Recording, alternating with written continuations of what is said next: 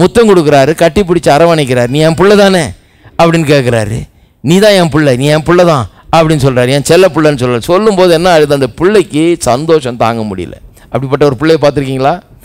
இவ்வளோ நேரம் அப்பா அப்பான்னு கூப்பிட்டதில் ஒரு சந்தோஷம் இருக்குது. ஆனால் அப்பா நீ பிள்ளைன்னு சொல்லும்போது அது அதை விட பெரிய சந்தோஷம். அதனால தான் நான் சொல்கிறேன், இது எல்லாத்தோட பெரிய ஆதாரம். எனக்கொத்தாசை வரும் பர்வதம், நேராக என் கண்களை ஏறெடுப்பேன். எனக்கொத்தாசை வரும் பர்வதம், நேராக என் கண்களை ஏறெடுப்பேன். எனக்கொத்தாசை வரும் பர்வதம், நேராக என் கண்களை ஏறெடுப்பேன். எனக்கொத்தாசை வரும் பர்வதம், நேராக என் கண்களை ஏறெடுப்பேன். வானமும் பூமியும் படைத்த வல்ல தேவனிடம் இருந்தே, வானமும் பூமியும் படைத்த எண்ணு கடங்கா நன்மைகள் வருமே, என் கண்களே எடுப்பே. எண்ணு கடங்கா நன்மைகள் வருமே, என் கண்களே எடுப்பே. எனக்கொத்தாசை வரும் பர்வதம், நேராக என் கண்களை ஏறெடுப்பேன்.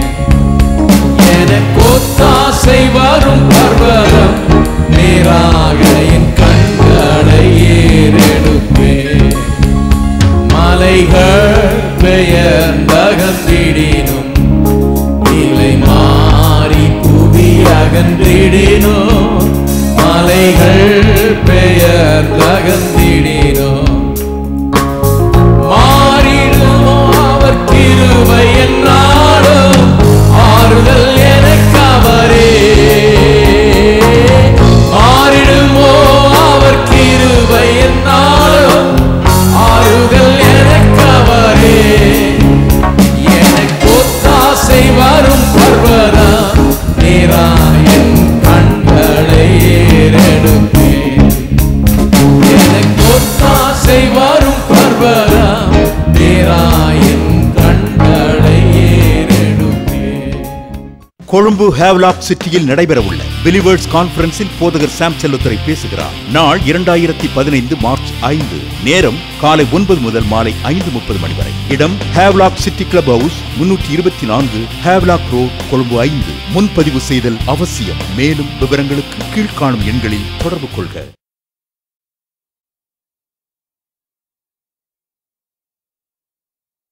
ரோமர் 8:14 முதல் 17 வசனங்கள். மேலும் எவர்கள் தேவனுடைய ஆவியினாலே நடத்தப்படுகிறார்களோ அவர்கள் தேவனுடைய புத்திரராய் இருக்கிறார்கள். அந்தபடி திரும்பவும் பயப்படுவதற்கு நீங்கள் அடிமைத்தனத்தின் ஆவியை பெறாமல் அப்பா பிதாவே என்று கூப்பிட பண்ணுகிற புத்திர சுவிகாரத்தின் ஆவியை பெற்றீர்கள். நாம் தேவனுடைய பிள்ளைகளாக இருக்கிறோம் என்று ஆவியானவர் தாமே நம்முடைய ஆவியுடனே கூட சாட்சி கொடுக்கிறார். நாம் பிள்ளைகளானால் சுதந்திரருமாமே, தேவனுடைய சுதந்திரம் கிறிஸ்துவுக்கு உடன் சுதந்திரருமாமே. கிறிஸ்துவுடனே கூட நாம் மகிமைப்படும்படிக்கு அவருடனே கூட பாடுபட்டால் அப்படி ஆகும். நாம் தேவனுடைய பிள்ளைகளாக இருக்கிறோம். நிறைய பேருக்கு நாம் என்னவாக இருக்கிறோம்ங்கிறதே இன்னும் வழங்கலை. அதுக்கு தான் சொல்கிறேன், நாம் யார், நமக்கு என்ன கொடுக்கப்பட்டிருக்கிறது, நம்மால் என்ன முடியும், இதுதான் போதனைங்க.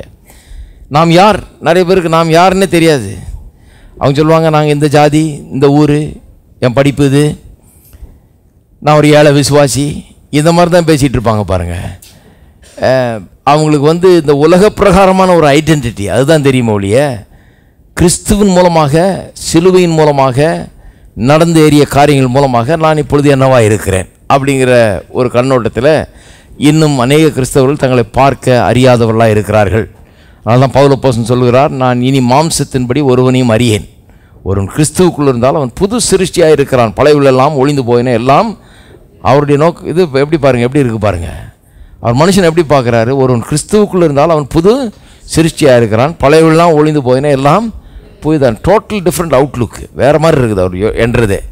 இந்த ஜாதி, இந்த குலம், இந்த கோத்திரம், இந்த ஊர், நெட்டையா குட்டையா, கருப்பா சவப்பா, ஒல்லியா தடியா, இதெல்லாம் கிடையாது. கிறிஸ்துவுக்குள் இருந்தாலும் புது சிருஷ்டியாக இருக்கிறான். யாராக இருந்தால் நான் புது சிருஷ்டி. முன்ன அவன் வேற மாதிரி இருந்தான், இப்போ புது சிருஷ்டியாக இருக்கிறான். இனி மாம்சத்தின்படி அறியேன். இனிமேல் நட்டையாக குட்டையான்னு வச்சு எடை போடுறதில்ல, எந்த ஊர் அதை வச்சு எடை போடுறதில்ல. இனி கிறிஸ்துவுக்குள் இருந்தாலும் புது சிருஷ்டியாக இருக்கிறான். இப்படி தான் எடை போடுவேன்றார். அப்போ நாம் யார்? வேத வசனம் சொல்லுகிறது நாம் தேவனுடைய பிள்ளைகள். இது கிறிஸ்தவர்களுடைய உள்ளங்களில் இது மேலோங்க வேணும். நாம் யாருன்னொன்னே நான் கடவுளுடைய பிள்ளைங்கிறத முதல்ல வரணும் ஒழிய நம்ம தாத்தா யார், நம்ம இது யார், குலம் கோத்துறன்னு முதல்ல வரக்கூடாது. நான் யார்? கர்த்தருடைய பிள்ளையாக இருக்கிறேன். இந்த வசனங்கள் 14 முதல் 17 வசனங்கள் ரோமர் 8ஆம் அதிகாரத்தில் இந்த பிள்ளைகளாக இருக்கிறோம் என்கிற இந்த சத்தியத்தை அற்புதமாக விளக்குகிறது. இதில் அப்போஸ்தலனாகிய பவுல் 3 பெரிய ஆதாரங்களை கொடுக்கிறார் நாம் தேவனுடைய பிள்ளைகளாக இல்லையாங்கிறது. இது ரொம்ப முக்கியம் இந்த ஆதாரங்கள். ஏன்னா அதை எஸ்டாப்ளிஷ் பண்ண விரும்புகிறார்.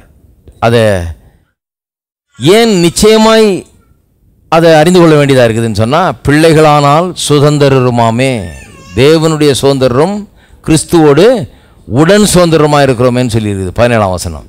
அதாவது பிள்ளைகள்னால் சும்மா டைட்டில் கிடையாது, அது ஒரு அழகான பேர் கிடையாது. பிள்ளைகள்னால் சொத்துக்கள் அதில் இருக்குது, அடங்கி இருக்குது, உரிமைகள் இருக்குது, சில ஸ்லாக்கியங்கள் இருக்குது, நமக்குன்னு சில காரியங்கள் கொடுக்கப்பட்டிருக்குது, சில காரியங்களுக்கு நமக்கு உரிமை உண்டு. ஒரு பணக்கார வீட்டில் பிள்ளையாக பிறந்தா என்னென்ன அங்கே இருக்குதோ அதுக்கெல்லாம் உங்களுக்கு எப்படி உரிமை சட்டப்பூர்வமாக இருக்குமோ, அதுபோல் வானத்தையும் பூமியும் உண்டாக்கின சர்வவல்லமுடைய தேவனுக்கு பிள்ளையாக இருக்கிறவர்களுக்கு தேவனுடைய எல்லாவற்றுக்கும் நாம் சுதந்திரராய் இருக்கிறோம். சொந்தம் கொண்டாட வேணும், நாம் உரிமையாளர்களாக இருக்கிறோம். பிள்ளைகள்ன்றதை முதல்ல நாம் நிரூபித்து கரெக்டாக காண்பிக்க வேணும். ஏனென்றால் பிள்ளைகள்னு சொன்ன பிறகு தான் நம்முடைய சுதந்திரம் என்னன்னு காண்பிக்க முடியும், அதை நம்ம விசுவாசிக்க முடியும், அதில் வாழ முடியும். இந்த சுதந்திரத்துக்கு வரப்போகிறோம், நம்ம அதை பார்க்க போகிறோம். ஆனால் அதுக்கு முன்னால் பிள்ளைகள்ன்றதை உறுதிப்படுத்த வேண்டியது அவசியமாக இருக்கிறது. நிறைய பேருக்கு பிள்ளைகள்ன்றது அவங்களுக்கு பெரிய இதாக இருக்குது, அதே சந்தேகமாக இருக்குது. அப்புறம் சுதந்திரத்தை பற்றி பேச ஆரம்பித்தா என்ன சுதந்திரம்னு கேட்பாங்க அவங்க. அதனால தான் முதல்ல பிள்ளைன்றதை நம்ம வேத வசனத்தை கொண்டு நிரூபித்து காண்பிக்க வேண்டியதாக இருக்கிறது. 3 பெரிய ஆதாரங்களை தர்றார். முதலாவது ஆதாரம் 14ஆம் வசனம், அதான் பார்த்தோம். எவர்கள் தேவனுடைய ஆவியினால் நடத்தப்படுகிறார்களோ அவர்கள் தேவனுடைய புத்திரராக இருக்கிறார்கள். அப்போ பிள்ளைகள் யார்? தேவனுடைய ஆவியினால் நடத்தப்படுகிறவர்கள். ஆவியினால் நடத்தப்படுறதுன்னு ஒன்றையே தீர்க்க தரிசனம் சொப்பனம், தேவதூதர்கள் பார்க்கறது, பேசுறது, வானத்திலிருந்து சத்தம் உண்டாச்சு, அப்படி அல்ல. அது எப்போவாது யாருக்காவது நடக்கிற ஒன்று, நடக்காதுன்னு சொல்லலை, எப்போவாது யாருக்காவது நடக்கிற ஒன்று. எப்பவும் எல்லாருக்கும் நடக்கிற ஒரு காரியத்தை சொல்கிறேன். ஆவியினால் நடத்தப்படுகிறார்கள்னா ஒவ்வொரு தேவனுடைய பிள்ளையும் ஆவியினால் நடத்தப்படுகிறான். அவனுக்கு நடக்கிறது என்ன, எப்படி நடத்தப்படுகிறான் என்பதை காண்பித்தேன். அப்படி நடத்தப்படுறதுக்கு அடையாளங்கள்லாம் என்னென்னு பல அடையாளங்களை காமிச்சேன். அந்த அடையாளத்தின்படி நீங்கள் ஆவியினால் நடத்தப்படுகிறீர்களான்றதை பாருங்கள். அதுக்கு தான் அதை எடுத்து காண்பித்தேன்.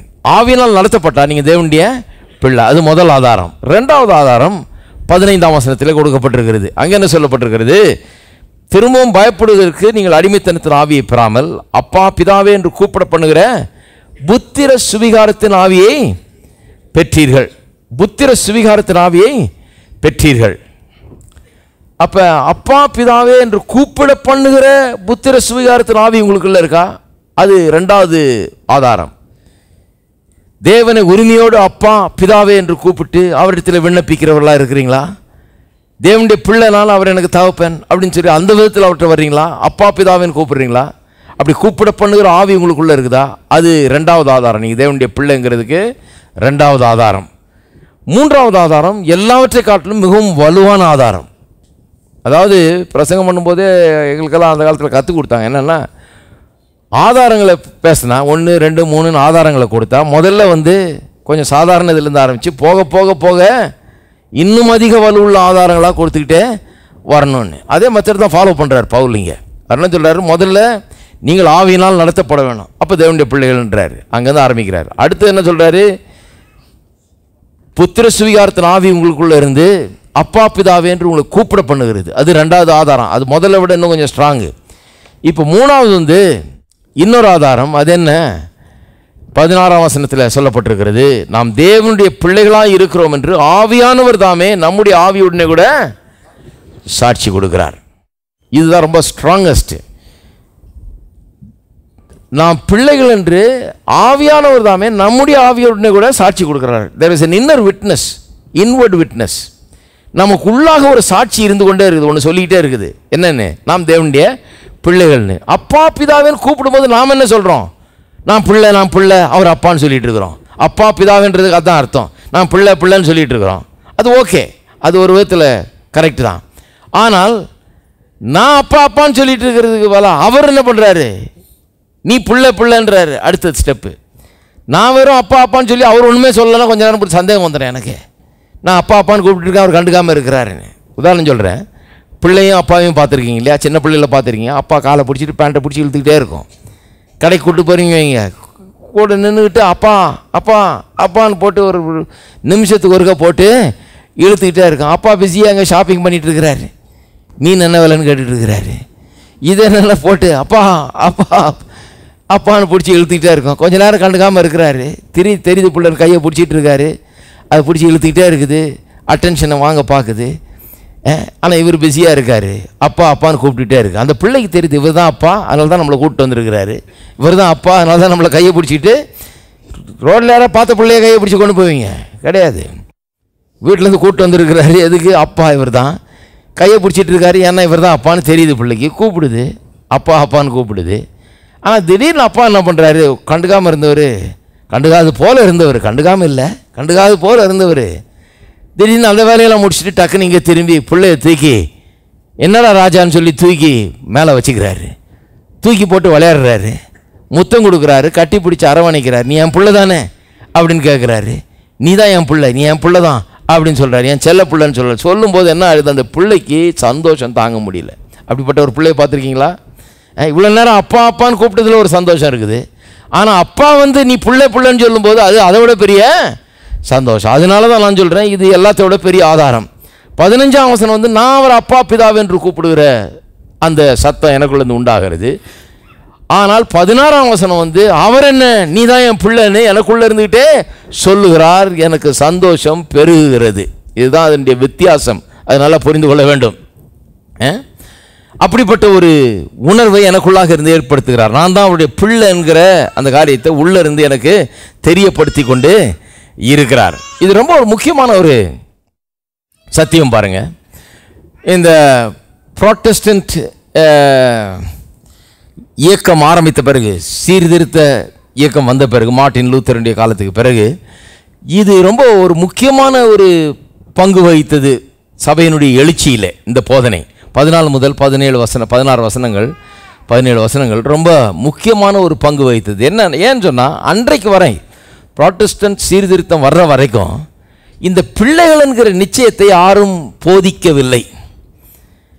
அதுக்கு முன்னாடி எப்படி இருந்ததுன்னா, பிள்ளைகள்லாம் யாரும் போதிக்கலை. நீ கோயிலுக்கு வா, உன் கடமையை செய், இதெல்லாம் பண்ணு, இப்படி பண்ணு, இத்தனை மணி நேரம் ஜபம் பண்ணு, இந்த ஜபத்தெல்லாம் பண்ணு, இதெல்லாம் சொல்லு, இப்படியெல்லாம் நடந்துக்க, இப்படியெல்லாம் செஞ்சுக்க, இதெல்லாம் உன் கடமை. இந்த ஜபத்தை 10 தடவை சொல்லு, இந்த ஜபத்தை 5 தடவை சொல்லு, இது இத்தனை தடவை முழங்கால் போடு, இத்தனை தடவை எந்திரி, இத்தனை தடவை இதை பண்ணு, அதை பண்ணு, நல்லா கரெக்டாக சொல்லி வச்சுருந்தாங்க.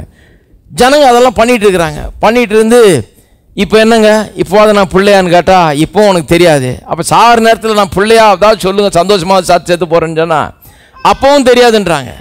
செத்த பிறகு நம்ம போய் என்ன பண்ணுறோம், அவங்க உபதேசத்தின்படி அந்த காலத்தில் என்ன சொல்லிட்டாங்க, பரதீசில் போய் நீ காத்திரு, நீ அங்கே காத்திருக்கும் போது உனக்காக நாங்கள் இங்கே வேண்டிக் கொள்கிறோம், இங்கே உனக்காக சில தர்மங்களெல்லாம் நாங்கள் செய்கிறோம், உனக்காக சில நற்கிரியெல்லாம் நாங்கள் செய்கிறோம், நீ செய்யாமல் விட்டு போன கதையெல்லாம் நாங்கள் இங்கே செஞ்சு அதெல்லாம் சரி பண்ணி நீ அங்கே வெயிட்டிங்கில் இரு, அந்த இடத்துல தொங்கிட்டு இருக்கும்போது நீ பிள்ளையா இல்லையான்றது இன்னும் தீர்மானம் ஆகலை, நாங்கள் உனக்காக இங்கே ஜெபம் பண்ணி இன்னும் உனக்கு சபை தேவை, இன்னும் உனக்கு உன்னுடைய பிரசங்கியாரெல்லாம் தேவை, இன்னும் எங்களுடைய உதவி தேவை, இந்த பூமியில் இருக்கிற நாங்கள் உனக்காக ஜெபம் பண்ணி அங்கேருந்து உன்னை எப்படியாவது அங்கே டிரான்ஸ்ஃபர் பண்ணுறதுக்கு வழி. அப்போ எப்போ தாங்க தெரியும் எனக்கு டிரான்ஸ்ஃபர் ஆகுமா இல்லையான்னு? நான் பரதேசில் இருக்கிறவன் பரலோகம் போய் சேருவனா இல்லை பரதேசியாவே கிடப்பனா? எப்போ தான் தெரியும் அப்படின்னா தெரியாது, பார்க்கலாம். ஆக மொத்தத்தில் அந்த புராட்டஸ்டன்ட் சீர்திருத்தம் உண்டாகிற வரைக்கும் நாம் பிள்ளைகள் என்கிற நிச்சயத்தை சபையினுடைய போதனையில் ஒன்றாய் இல்லாமல் இருந்தது. அதனால ஜனங்கள் மத்தியில் ஆண்டவரை குறித்த ஒரு பெரிய அன்போ ஒரு பாசமோ ஆண்டவர் மீது ஒரு பெரிய ஒரு பிரியமோ இல்லாமல் இருந்தது, ஒரு பெரிய எழுச்சி இல்லாமல் இருந்தது, சடங்காச்சாரங்களும் சம்பிரதாயங்களும் நிறைய இருந்தது. ஜனங்க ஏதோ சரி நம்ம தவறி போயிடக்கூடாது, தப்பாக பண்ணக்கூடாது, எதையாவது கெட்டு போகக்கூடாதுன்னு சொல்லி கரெக்டாக போய் ஜபத்தை பண்ணாங்க, அதை பண்ணாங்க, கோயிலுக்கெல்லாம் போயிட்டு வந்தாங்க, சொன்னதெல்லாம் செஞ்சாங்க. ஆனால் பிள்ளைகள்ங்கிற நிச்சயம் இல்லாதனால தேவனோடு ஒரு பெரிய உறவு இல்லை, அதில் சந்தோஷம் இல்லை, மகிழ்ச்சி இல்லை, ஒன்றும் இல்லை. புராட்டஸ்டன்ட் சீர்திருத்தம், அதாவது இந்த புராட்டஸ்டன்ட் இயக்கம் உருவான உடனே ஒரு மாபெரும் வித்தியாசத்தை உண்டாக்குன காரியம் என்னன்னா இதுதான். இந்த பிள்ளைகள் என்கிற போதனையை வலியுறுத்த ஆரம்பித்தார்கள். அதில் என்ன வலியுறுத்த ஆரம்பித்தாங்க? பிள்ளைகள், நீங்கள் அந்த பிள்ளைகளா இல்லையான்றதை இப்பவே நீ தெரிந்து கொள்ளலாம் என்கிறதையும் வலியுறுத்த ஆரம்பிச்சாங்க. ஹலோ, இப்ப தெரிஞ்சு கொள்ளலாம். சிலர் சொல்றாங்க பாருங்க, இப்ப யாருக்கு தெரியும்? ஒருத்தர் சொல்றாரு, கடைசி நாளில் தான் அது வெளிப்படும், இப்போ யாரையும் சொல்ல முடியாது நம்ம பிள்ளைகள். நீங்கள் சொல்ல முடியாமல், இப்போ நான் இங்கே நின்றுக்கிட்டு யார் யாரெல்லாம் பிள்ளை யார் யாரெல்லாம் பிள்ளை இல்லைன்னு சொல்ல முடியாமல் இருக்கலாம். எனக்கு கேட்டிங்கன்னா தெரியாதுன்றேன் நான். ஆனால் அங்கே உட்கார்ந்துருக்கிற உங்களுக்கு தெரியும். ஏன்னா எனக்கு தெரியும் நான் பிள்ளையா இல்லையான்னு. இவ்வளோ நாள் என்னத்தை போதிச்சிட்டு இருக்கிறேன்? நான் பிள்ளையா இருந்தால் எனக்கு தெரியும். அதுக்கு சில அடையாளங்கள் இருக்கிறது. ஆவியினால் நடத்தப்படுவேன், அப்பா பிதாவை என்று கூப்பிடப்படுகிற ஆவி எனக்குள்ளே இருக்கிறது. ஆவியானவர் என்னுடைய ஆவியுடனே கூட இருந்து சாட்சி கொடுத்து கொண்டு இருக்கிறார். இதெல்லாம் எனக்குள்ள நடந்து கொண்டிருக்கிறது.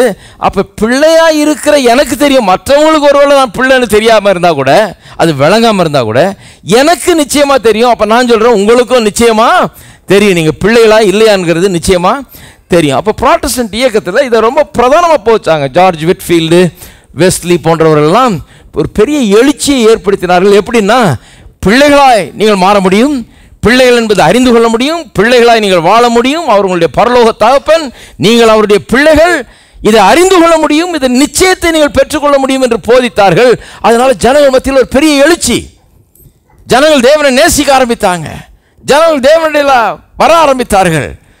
ஜனங்கள் இந்த நிச்சயத்தை பெற்றவர்களுடைய சந்தோஷம் பெருக ஆரம்பிச்சது. நான் சொன்னேன் இல்லையா, பிள்ளை அப்பா அப்பான்னு கூப்பிட்டுக்கிட்டே இருக்குது. ஆனால் அப்பா மட்டும் ஒன்றும் சொல்லாமல் இருந்தால் அப்படி இருக்கும். பிள்ளை கொஞ்ச நேரத்தில் சத்தம் அடங்கிடும். இவர் கூப்பிட்டு பிரயோஜனமே இல்லை, இவர் அப்பாவா எனக்கு யோசித்து பார்க்கணும் போல இருக்குன்னு. ஆனால் இவருடைய போதனை என்ன பண்ணுச்சு? நீ அப்பா அப்பான்னு கூப்பிடுறது மட்டும் இல்லை, அவர் உன்னை பிள்ளை பிள்ளைன்னு கூப்பிட்டு இருக்கிறாருங்கிறத எடுத்து காண்பிக்க ஆரம்பித்தது. அப்படி ஆரம்பித்ததில் ஒரு பெரிய எழுச்சியும் மகிழ்ச்சியும் மக்கள் மத்தியில் உண்டாகி ஜனங்கள் ஆண்டவரை நேசிக்க ஆரம்பித்தார்கள், பின்பற்ற ஆரம்பித்தார்கள். அதனால தான் இது கிறிஸ்தவத்தின் மாபெரும் போதனைகள் ஒன்றாக இருக்குது. இந்த 16ஆம் வசனம் ரொம்ப முக்கியமான வசனம். ஏன்னா இது ரொம்ப ஸ்ட்ராங்கான ஆதாரம். நான் கூப்பிடுறது மட்டும் இல்லை அப்பான்னு, அவர் என்ன பிள்ளைன்னு கூப்பிடுறாருங்கிற ஆதாரம் இங்கே இருக்குது. ஆகவே இது ரொம்ப முக்கியமான ஒரு வசனமாக இருக்கிறது. சரி, இப்போ இந்த வசனத்தையே பார்ப்போம் கொஞ்சம்.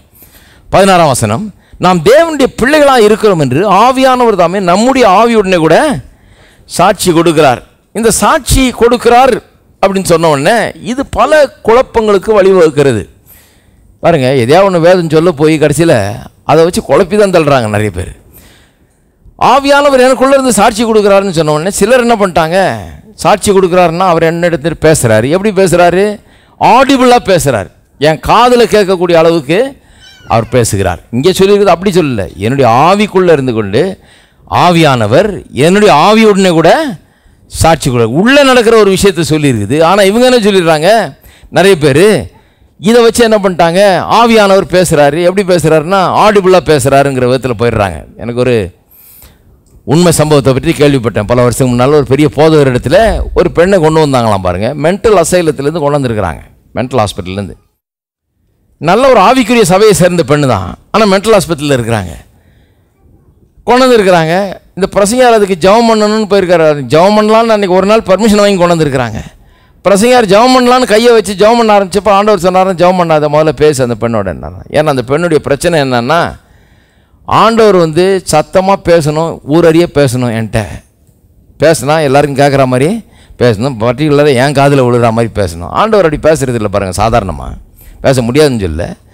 அவர் பேசினார்னா பூமி இமெயில் அது கட்டணம் விழுந்துடும். பக்கத்து வீட்டுக்காரன்னு கேட்டால் பரவாயில்ல, பக்கத்து ஊருக்காரனுக்கெல்லாம் கேட்க ஆரம்பிச்சிடும். என்ன சொன்னாங்க, சாம் சொல்லுதுற என்னுடைய பிள்ளை என்ன இங்கேருந்து மதுரை வரைக்கும் அதிரும். அதனால தான் பேசுறது, அதனால தான் அப்படிலாம் பேசுறது இல்லை. அவர் அங்கேருந்து ஒரு சத்தம் கொடுத்துட்டு இருந்தாருன்னா என்ன ஆகுறது பாருங்க. அதனால தான் அவர் என்ன பண்ணுறாரு, உள்ளே பேசுகிறார். அதுதான் இங்கே சொல்லியிருக்குது, ஆவியுடனே கூட சாட்சி இடுகிறார்னு சொல்லியிருக்குது. இந்த அம்மா என்ன பண்ணியிருக்குது, கர்த்தர் என்னோட சத்தமாக பேசணும் அப்படின்னு சொல்லிட்டு இதுக்காக உபவாசம் கிடக்கிறது. பேசலாம் விடுறது இல்லை, நான் பேசாமல் நான் சாப்பிட மாட்டேனாக்கும், பேசாமல் நான் இது பண்ண மாட்டேனாக்கும், மற்றவங்களோட அங்கே இந்த கூட்டத்துங்களுக்கு போகிறது, ஜெபம் பண்ணுறது, இதுக்காக உபவாசம் கிடக்கிறது. இந்த மாதிரி இருந்து பைத்தியம் பிடிச்சி மென்டல் ஹாஸ்பிட்டலில் போய் சேர்ந்தாச்சு. இப்போ இந்த போதகர் கேட்டாராம், ஏம்மா ஒன்று கேட்குறேன், ஒன்று இனிமே இந்த மாதிரி கர்த்தர் என்னோட இப்படி சத்தமாக பேசணுன்ற அந்த கோரிக்கையை நீ விடுவியா? விட்டால் தான் உனக்கு ஜெபம் பண்ணுவேன், அப்போ தான் நீ சோகமாகும். சும்மா ஜெபம் பண்ணிட்டு போகிறதுக்கு வந்தீங்கன்னா நான் பண்ண மாட்டேன். அதை நிறுத்து. முதல்ல இப்படி தான் பேசணும் அப்படி தான் பேசணும்னு கர்த்தருக்கு சொல்கிறத நீ நிறுத்து. கர்த்தர் உனக்குள்ளே இருக்கிறார், உனக்குள்ளே பேசுவார், அதை முதல்ல தெரிஞ்சுக்க. இப்படி கேட்கக்கூடாது அப்படின்னு சொன்ன உடனே அந்த அம்மா சரின்னுச்சான். சரின்னு சொல்லி அன்றைக்கி ஜெபம் பண்ணி நான் வாசித்தப்போ அந்த புக்கை அது 25 வருஷம் அதை பண்ணி அந்த 25 வருஷம் வரைக்கும் அந்த நல்லா தான் இருக்குதா, வீட்டில் தான் இருக்குது அந்தம்மா. இப்படி நிறைய கிறிஸ்தவர்கள் இருக்காங்க பாருங்கள். எல்லோரும் மென்டல் ஹாஸ்பிட்டலில் இல்லை, நிறைய பேர் வீட்டில் சகிச்சு அவங்கள வச்சுருக்கிறாங்க. ஆனால் நிறைய கிறிஸ்தவ சிலர்லாம் மென்டல் ஹாஸ்பிட்டலில் இருக்க வேண்டியவர்கள் பொறுமையாக வீட்டார் வச்சுருக்கிறாங்க. சரி கடந்துட்டு போட்டோம் அப்படின்ட்டு. ஏன்னா இவங்களுடைய இம்சை தாங்க முடியல. ஏன்னா சில பைத்தியக்காரத்தனங்கள் இருக்கிறது இவங்கள்ட்ட. சில காரியங்களை தப்பாக நம்பி இதை பின்னால் பின்பற்றி இது மாதிரி சில காரியங்கள் பின்னால் போய் புத்தி பேதலிச்சு போன ஒரு நிலையில் சிலர்லாம் இருக்கிறாங்க. கிறிஸ்தவம் என்கிறது ஞானமான ஒரு மார்க்கமாக இருக்கிறது. கர்த்தர் உங்களோட பேசினார்னா பைத்தியம் பிடிக்காதுங்க. பைத்தியக்காரனு கூட பைத்தியம் தெளிஞ்சிரும். கர்த்தர் பேசினார்னா, பைத்தியம் பிடிச்சவனோட கர்த்தர் பேசினார்னா அவனுடைய பயம் நீங்கும். ஏன்னா கர்த்தர் சொல்வார், நான் அவங்க கூட இருக்கிறேன், நீ என் பிள்ளை, நீ பயப்படாத, நான் உனக்கு எல்லாத்தையும் செய்கிறேன்னு சொல்வார். அப்புறம் எப்படி பைத்தியம் பிடிக்கும்? அவனுக்கு பிடிச்சவனு கூட தெளிஞ்சிரும் பைத்தியம். கொழும்பு ஹேவ்லாக் சிட்டியில் நடைபெறவுள்ள பிலிவர்ஸ் கான்ஃபரன்ஸில் போதகர் சாம் செல்லத்துரை பேசுகிறார். நாள் 2015 மார்ச் 5. நேரம் காலை 9 முதல் மாலை 5:30 மணி வரை. இடம் Havelock city club house, 324 Havelock road, Colombo 5. முன்பதிவு செய்தல் அவசியம். மேலும் விவரங்களுக்கு கீழ்காணும் எண்களில் தொடர்பு கொள்க.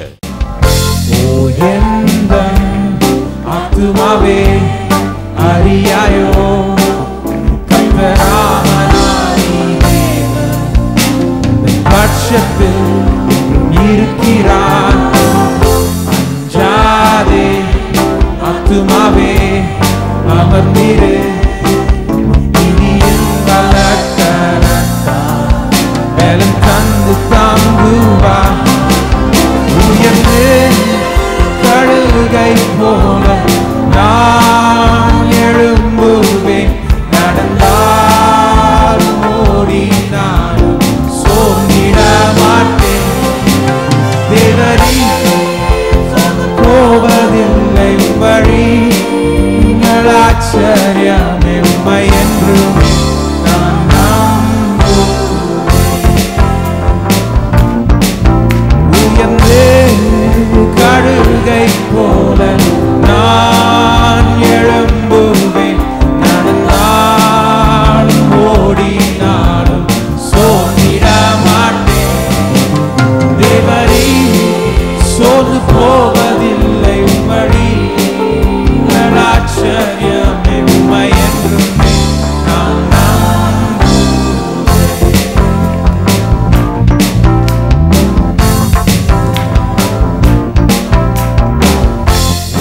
எந்தன் ஆத்துமாவே அறியாயோ கர்த்தராமனாதி தேவன் பட்சத்தில் இருக்கிறார். அஞ்சாதே ஆத்துமாவே அமர்ந்திரு, நீதியின் வலக்கரத்தால் பலம் தந்து தாங்குவார்.